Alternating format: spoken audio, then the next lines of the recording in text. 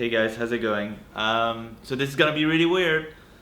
I went to see Godzilla, King of the Monsters, and since then the whole world collapsed. So the monsters actually attacked. So that's gonna be really awkward. They're outside right now. I could show them to you, the monsters. Maybe I will, but yeah, they're out there. That's all you need to know right now. So the last Godzilla movie, the one before this, not Shin Godzilla, which I'll mention a bit later. The last Godzilla movie was okay. I was a little bit disappointed. We didn't see. Oh my God, he destroyed the building across the street. Sorry, I got distracted. Yeah, so the first Godzilla movie was.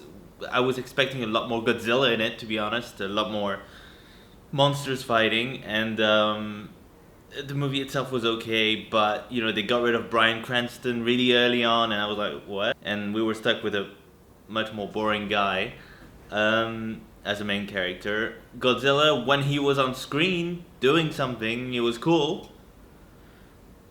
Especially right at the end, the big fight at the end was pretty good. That was pretty much how I felt about that movie. I felt it was otherwise pretty dull, kind of a missed opportunity, but I was hopeful that further films would be better with that. And indeed, Kong, Skull Island, was more like it. It was, you see a lot of Kong, see a lot of destruction, and it's a fun, colorful movie. It's a good movie. I really like Kong, Skull Island, actually. So at the end of Kong, there was a trailer for the new Godzilla movie, this movie, and oh my God, a helicopter just crashed. Again, I could show that to you, but you just have to kind of picture it in your mind. Yeah, so the trailer at the end of Kong made this movie look really exciting. You know, there was gonna be Mothra, there's gonna be King Ghidorah, a whole bunch of other monsters. I was really looking forward to it. You know, this is a good cast as well. I think Vera Farmiga is in there. The girl from Stranger Things, 11. I'll just call her 11. I forgot her name. That dude who's in several movies, who plays the dad. I don't know his name. And Ken Watanabe, of course. Zhang Ziyi, who I haven't seen in a movie in a while. And I wonder how many films she's done in Hollywood, actually. That might be like her second one. I don't know if Memoirs of a Geisha counts. But it's good to see her there. Sally Hawkins is in it as well. And a whole bunch of other people. So anyway, the movie begins and it's kind of like, it shows Godzilla as we last saw him in the last movie, causing destruction. Vera Farmiga's family they've lost a child because of that, and she's very distraught. Oh my God. The second monster just showed up and he punched the first monster in the face, and the first monster fell down on a landmark that is now destroyed. If only I could show that to you. Anyway, so yeah, they lost their kid, and then it cuts to present day where they've kind of uncovered this. These scientists have uncovered this new monster who's in kind of a cocoon, and of course it's Mothra, and you get to witness like the birth of Mothra, and it's very destructive because you know they didn't really plan a lot of security around the birth of an actual monster. It's mostly just like a piece of glass and there's like a little balcony, and of course a lot of people die when the monster is born because they shoot at it straight away, which is always, that happens a lot in this movie. A monster appears and everyone's just like, they just shoot at it, see what happens. What happens is they get killed.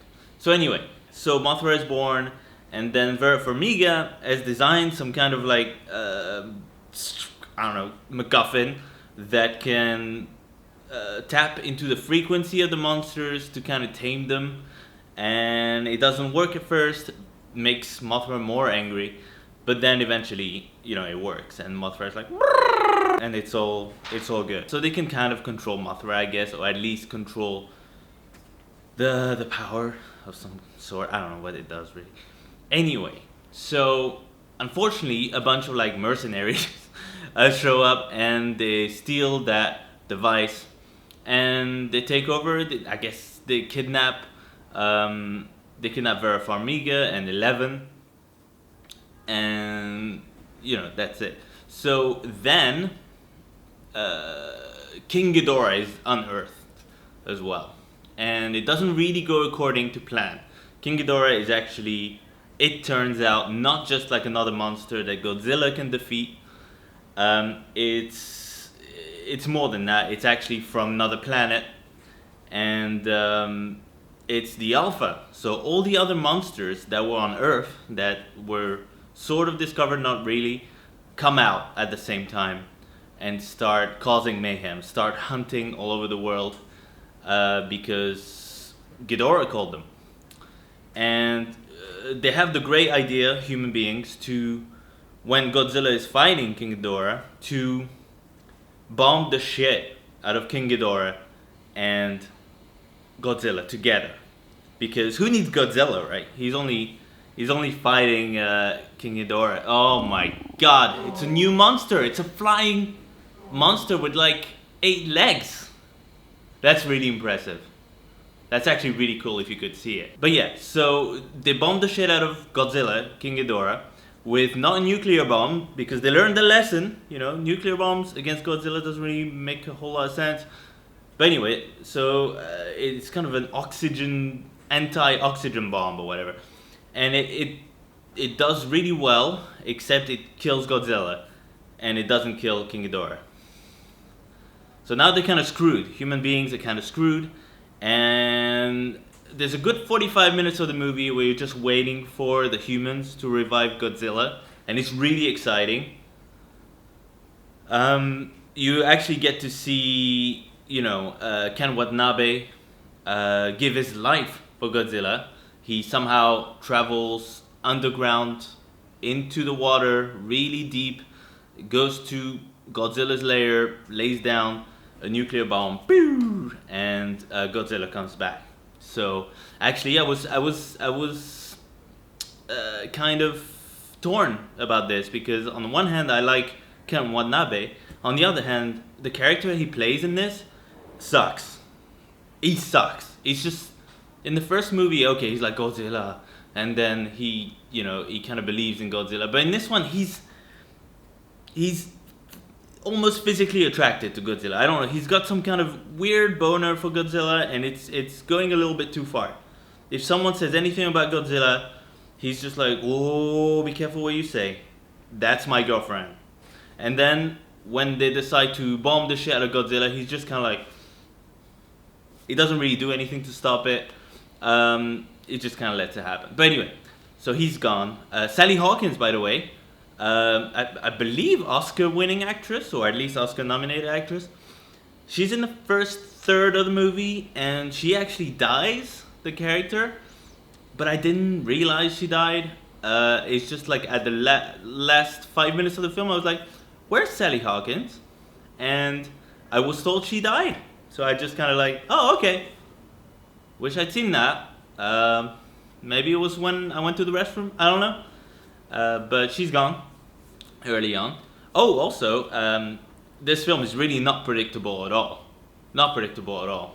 Oh, the flying monster just crashed into a plane.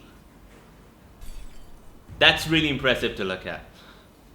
But yeah, so that's the thing. This movie is not predictable at all. Everything's just such a huge twist. I can't believe that Vera Farmiga, who was acting really weird throughout, turns out to be the villain of some sort.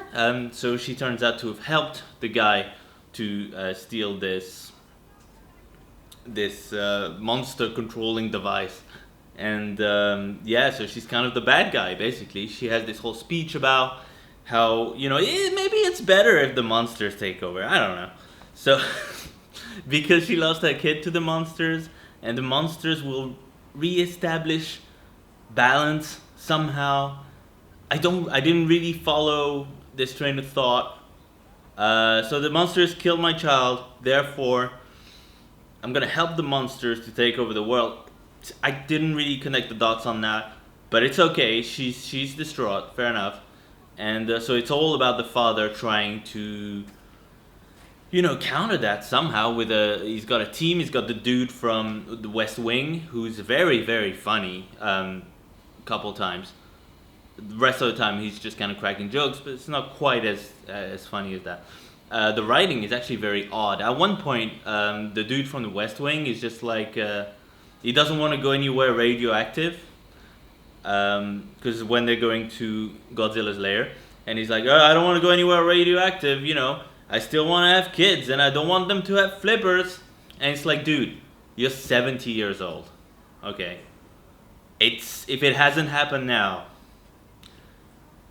I don't know. It kind of seemed odd that he still has like these dreams of, I don't know, having a kid. I don't know. Never mind. I understand not wanting to get to radiation, but that would seem like an odd reason. Seemed like odd writing there, and that happens a lot. There's a lot of very odd jokes. Someone instead of Ghidorah says gonorrhea.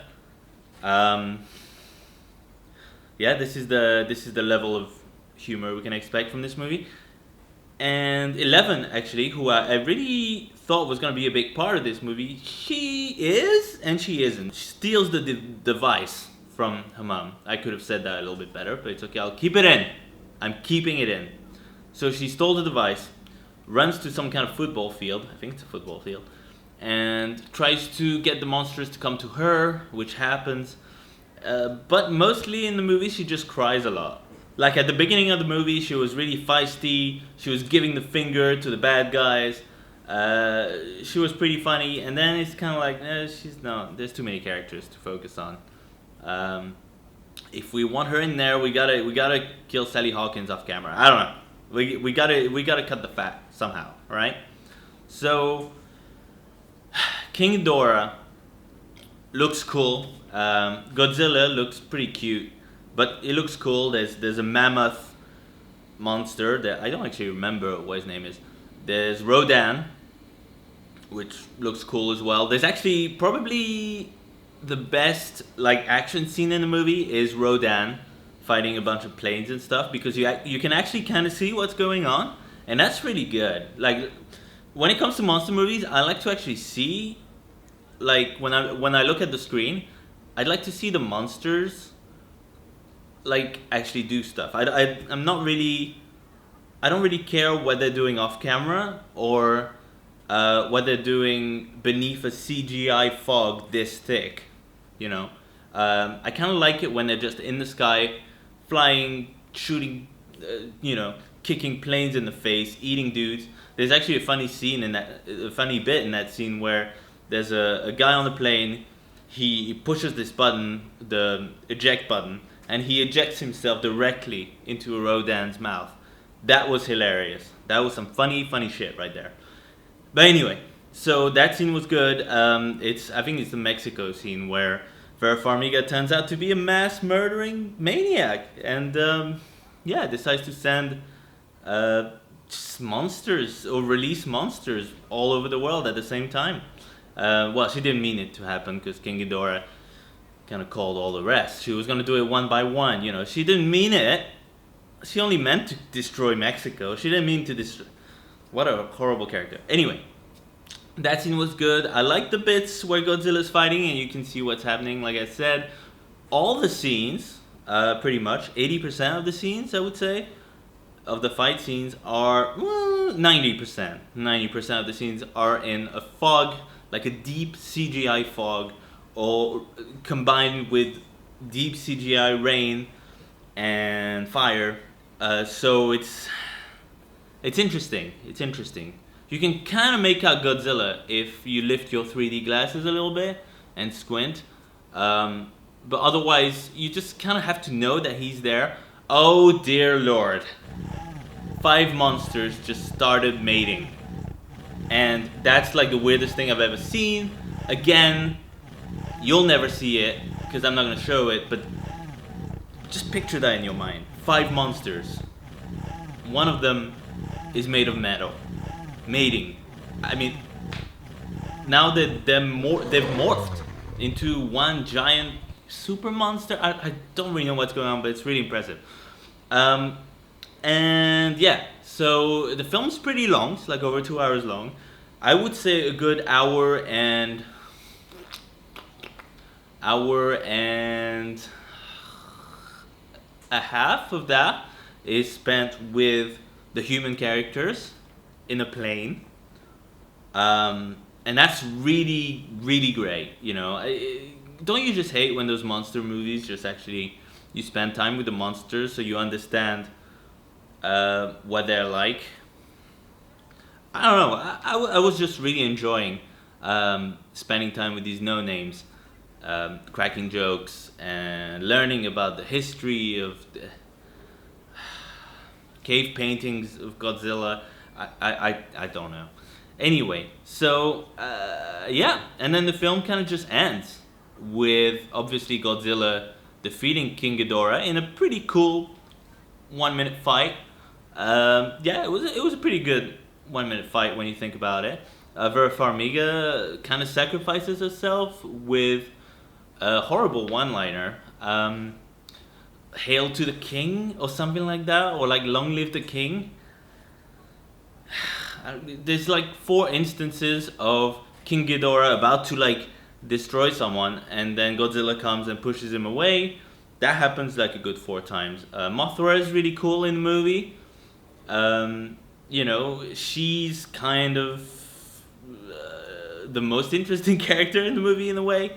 So Mothra is pretty cool. The others not really. I really expected to at least see Kong in this movie. Not really.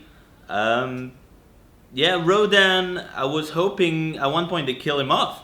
And I was like, oh, Rodan's not meant to die like this. And yeah, it turns out he's alright. And Godzilla at the end is the leader of the monsters. And all the monsters literally bow to him. And it's, okay, I guess.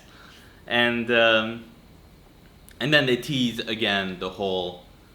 Well, actually, they don't even tease at the end after the credits. They don't tease the whole Kong versus Godzilla thing. They tease bringing King Ghidorah back to life, which I was like, I mean, I guess weird. So there's gonna be a 3rd Godzilla movie as well as a Kong movie. I don't know. Anyway, I don't know what else I can tell you. This was a okay looking film. I just felt it was a little bit too murky, too dark, too boring. It's over 2 hours long. Could have been an hour and a half. I would rather, honestly, have a monster movie with a lot of monsters fighting, where you can see what's going on for an hour and a half. Maybe for some human characters to go, oh my god, and I'd be happy with that. Rather, like a really fun hour and a half, rather than 2.5 hours of just kind of waiting for stuff to happen. And when it does happen, it mostly just almost happens. It doesn't actually happen, if you know what I mean. So yeah, I would have rather that. I would have rather that they actually learned from the mistakes of the first Godzilla movie. Kind of picked up some ideas from Shin Godzilla, which was honestly a better movie. It was also a little bit heavy on the human characters. I felt like that movie could have done with a good half hour less. But all the parts with Godzilla were very cool. And there were a lot of parts with Godzilla. So they could have learned a bit from that stylistically and then moved forward with it, being a bit more ambitious with it. This is an ambitious movie, but it doesn't really live up to its potential, shall we say. Human characters are very dull as well, very bland. Didn't really actually like any of them, to be honest. So I didn't really care what they were talking about, what they were doing. I just wanted to see the monsters, to be honest. So I'm kind of like, this is kind of like a reverse Transformers movie, where like the Transformers movies were too busy, there was too much going on. There wasn't much plot, there was just too much action. This is the opposite of that. It's like, we need to find a different balance for that. Is this movie better than the first Godzilla? I don't know. Honestly, I don't know. Yeah. It's slightly better. You see more monsters. There's more fights. There's slightly more stuff to look at in this movie. So I'll give it that.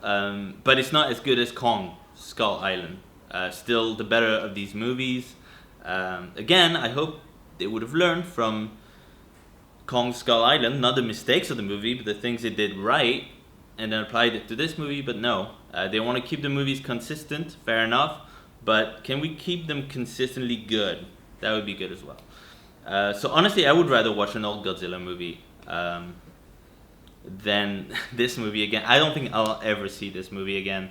If you're a huge kaiju fan, huge Godzilla fan, I would say, okay, watch it, maybe not at the cinema. I would say watch it on Netflix or something when it comes out. If you love the first movie, you'll enjoy this one. If you didn't like the first movie at all or much, there's not going to be a huge improvement, but you'll get to see more monsters, I guess. So I didn't hate it, I didn't love it. I thought it was okay. It was borderline okay, shall we say. Yeah, I don't know what more to tell. Oh my fucking god. Oh my god. He's here. It's Godzilla. The king of monsters. Should I show him to you? Should I show you Godzilla? Alright. Here we go. Nah, I'm not gonna do it. Fuck you.